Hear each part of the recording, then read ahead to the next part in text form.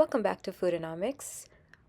Join me today as I make this holiday brunch for Christmas, which you can also use for New Year's morning.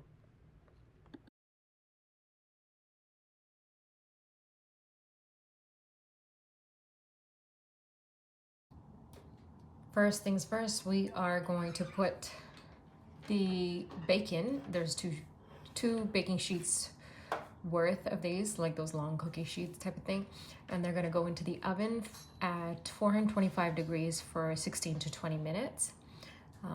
This is the first step of our brunch. So I have on here a couple of pieces of bacon. It does look like it's a lot, but it's just a few pieces. It's just that there's a lot of fat on it.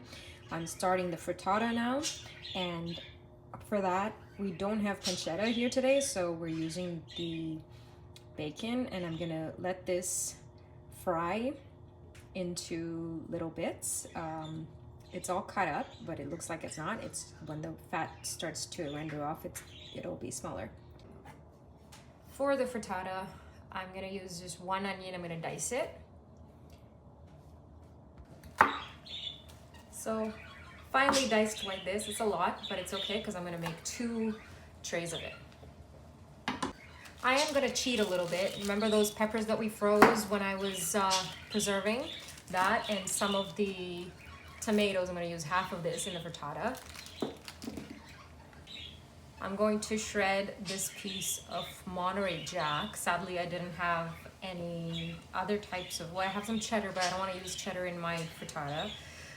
I will be using ricotta cheese in the egg mixture, so it's not going to be too bad, and then we're going to throw some Parmesan or something on top to garnish.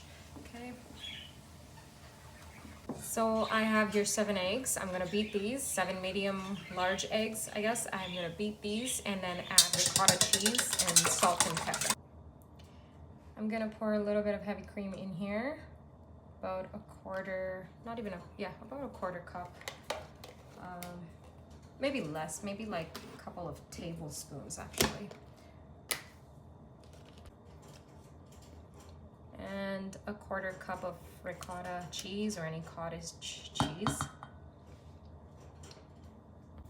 So now I'm adding the onions. It's not sizzling yet because I took the bacon off of the pan for the heat for a little bit, just because it was starting to burn up.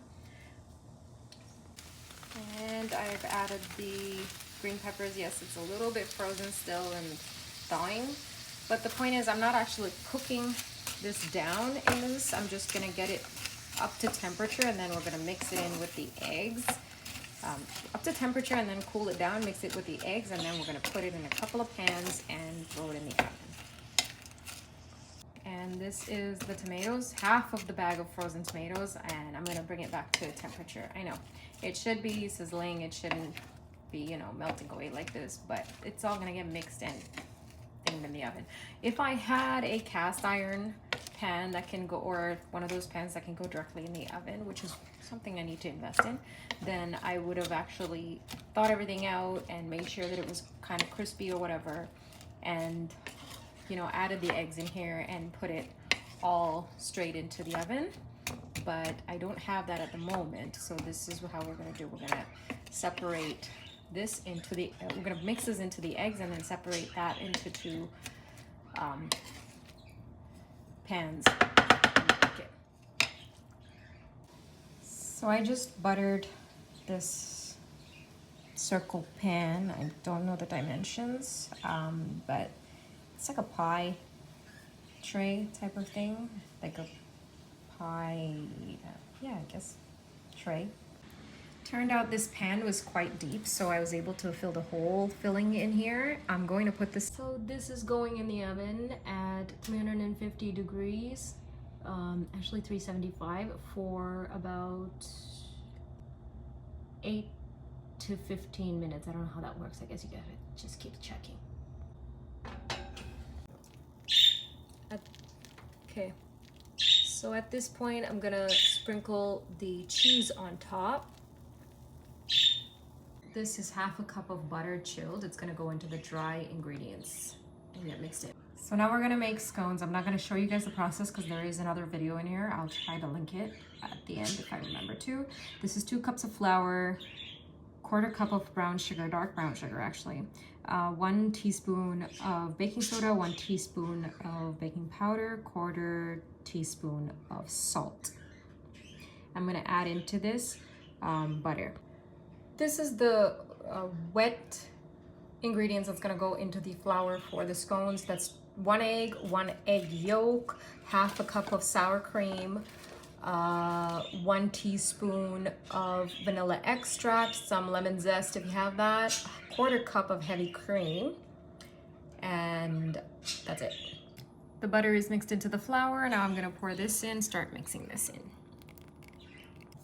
So this is a pan that is covered in butter.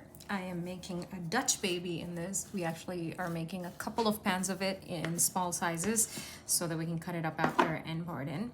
So this batter mixture here has a 1/3 cup of flour, a 1/3 cup of milk, a tablespoon of butter, preferably melted butter or at least room temperature, a dash, like half a teaspoon of nutmeg, a pinch of salt, and 1 egg.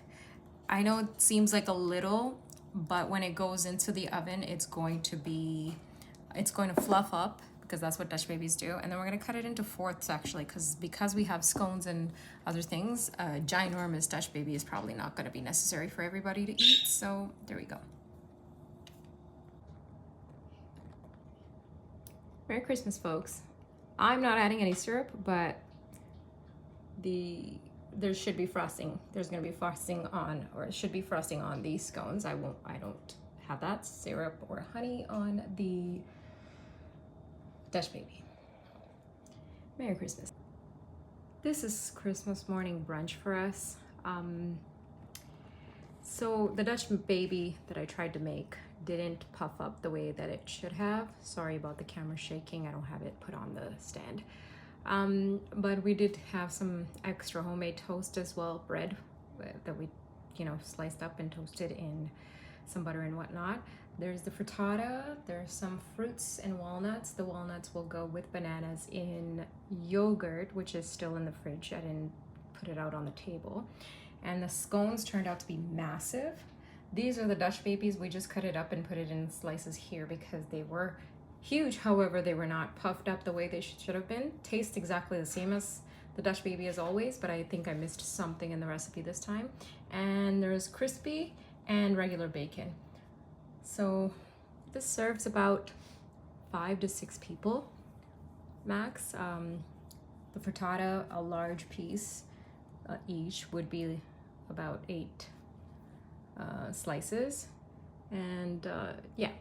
So that's what we had for breakfast or brunch on Christmas Day.